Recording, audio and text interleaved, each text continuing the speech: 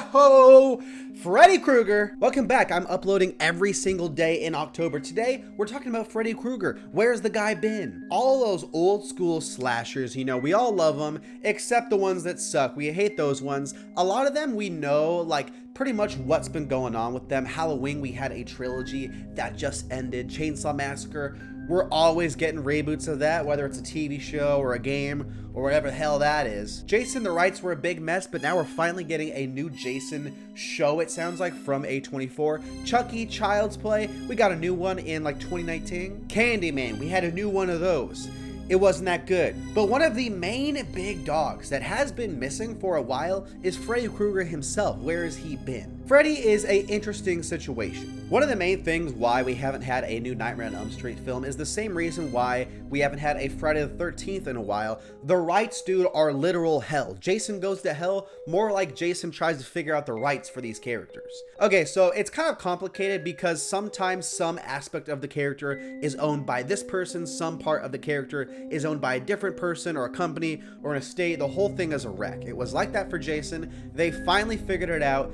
Freddy, still kind of like that. Wes Craven, who created that first film, part of the rights for A Nightmare on Elm Street have gone to his estate because of the copyright rules here in America. New Line Cinema owns the international rights. And obviously, while America is a very big film market, you can't really release a film, like a bigger film these days, hoping to have a big theatrical success without releasing internationally. So if and when a film were to ever come out, they would need the collaboration of the Wes Craven estate and New Line Cinema to make that happen. And whenever that's a thing, it gets a little more tricky, right? We've already seen the big example of this is like the Spider-Man in the MCU kind of situation. A few years ago when it was like Tom Holland's leaving the MCU because the rights are so iffy. People want more money. People want money for this. They think the split should be 50-50. They think the split should be 60-40. It's kind of tough. On top of that, dude, the last time we had a Nightmare on Elm Street film without Robert Englund,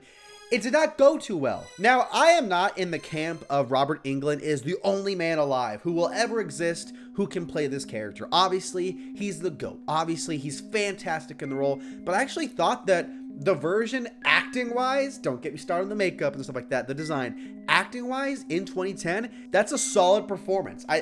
Come at me, we can debate it in the comments.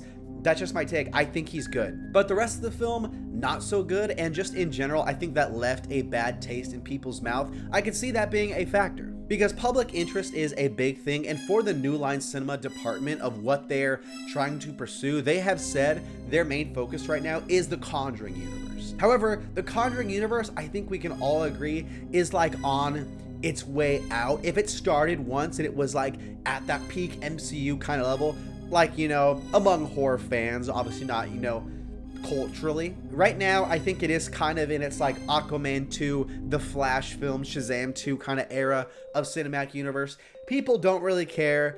The Conjuring is like just still going on. We don't need more Annabelles. We don't need more nuns. Although they're still releasing them. That's where their priorities are at, but they have said, yeah, we want to make one down the line, eventually. Yeah, and we'll also get Robert Englund to come back. Robert Englund, he has been on record, unless he's hiding some secret, unless New Line's gonna send him a check for $1 billion, he's been very vocal. Guys, I'm too old to be playing Freddy Krueger. I can't be doing that anymore. So there are a lot of complicated factors talking about if we get another nightmare, when we get another nightmare. I think it's a matter of time. I think we will get one. I can't take a guess at when. I wouldn't feel comfortable being like the next 5 years, the next 10 years. It could be 20 years, honestly, at this point.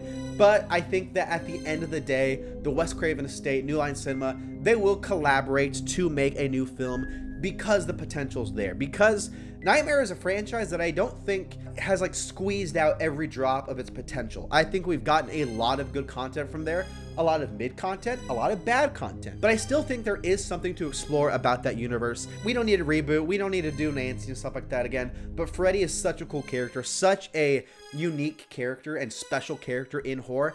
I think we'll see him again. I think we will. I'm pretty sure I heard like maybe Mike Flanagan said he wanted to try it at one point. Maybe. I don't know if I'm remembering that correct. That would be insane. Honestly, give Mike Flanagan the keys to every single franchise, like these old school films. I think that'd be fantastic. Anyways, thanks so much for watching. That's my video. I'm uploading every day in October. So let me know what else I should talk about. Let me know if you want another Nightmare film, what you think of Nightmare. Good films, bad films, Robert Englund back? Who knows? For sure. Bye-bye.